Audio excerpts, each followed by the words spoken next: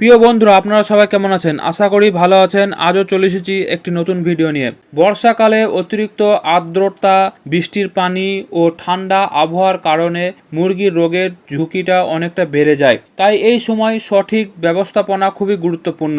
যেমন 1 নম্বর ধাপ, খামার শুকনো রাখা। বৃষ্টির পানি যেন খামারে ঢুকতে না পারে। মেঝেতে পানি জমতে দেবেন না।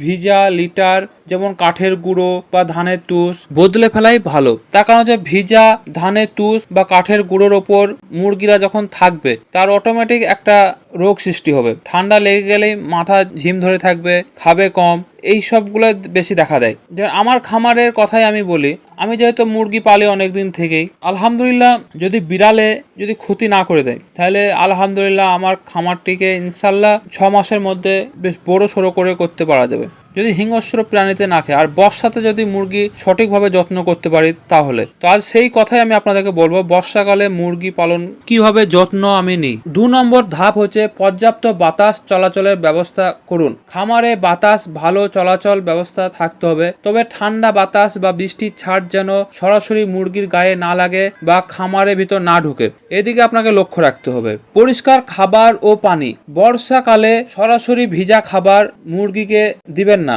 তার কারণ হচ্ছে এমনিতে বর্ষাকালটা ঠান্ডার সময়, আবার আবহাওয়াটাও ঠান্ডা, এর জন্য কি হয় মুরগিকে সরাসরি অ্যাটাক করতে পারে, ঠান্ডা লেগে যাওয়ার ভয় বেশি থাকে। এর ফলে কি হবে, শ্বাসকষ্ট হতে পারে, ঝিম ধরে থাকতে পারে, মাথা ধরে যাবে, এই সব নানা ধরনের রোগের সৃষ্টি হবে। তাই কি করবেন, ভালো শুকনো খাবার দিবেন, দানাদার খাবার দিবেন, পুষ্টিকর খাবার দিবেন। বর্ষাকালে বা সকল সময় যেটা দেন সেরকমই দিবেন, কিন্তু ভিজা খাবারটা খুব কম দিবেন। প্রতিদিন পানির পাত্র পরিষ্কার পরিচ্ছন্ন করে পানি দিবেন। তার কারণ হচ্ছে মুরগি, আমি যেমন খামারের ভিতর যখন মুরগি ভরা থাকে বর্ষাকালে, এই খাঁচার ভিতর একটা পাত্রে আমি পানি দিই, তো সকল সময় আমাকে পাত্রটাকে ধুতে হয়। তার কারণ হচ্ছে পায়ের নোংরা, পানিতে পা দিয়ে দিবে, আরও সব নানা ধরনের আবর্জনা পানিতে পড়ে যায়, সেগুলো হচ্ছে একটা বিষাক্ত।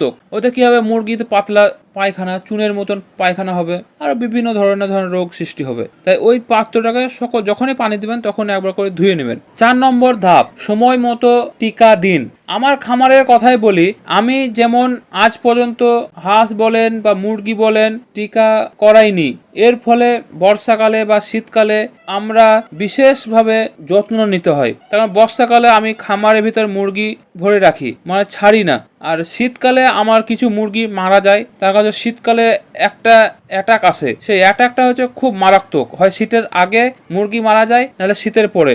এবার সেই টাইমটাও খুবই যত্নভাবে নিতে হয়। তাও আগের তুলনায় এখন অনেকটাই কমে গেছে আলহামদুলিল্লাহ। আমি বলবো আপনারা সময় মতো টিকাটা করে নেবেন, কারণ এই ভুল কখনোই করবেন না। যেমন বর্ষাকালের আগে বা বর্ষার শুরুতেই প্রয়োজনীয় টিকা সম্পূর্ণ করুন, এতে রানীক্ষেত বা গাম্বুরো সহ বিভিন্ন রোগের ঝুঁকি কমে যায়। 5 নম্বর ধাপ, প্রতিদিন মুরগির পর্যবেক্ষণ করুন। খাবার কম খাওয়া, ঝিমিয়ে থাকা, কাশি বা হাঁচি, পাতলা পায়খানা, শ্বাসকষ্ট, এইসব লক্ষণ দেখা দিলে অসুস্থ মুরগিকে দ্রুত আলাদা করে রাখুন এবং পশু চিকিৎসালয়ের পরামর্শ নিন।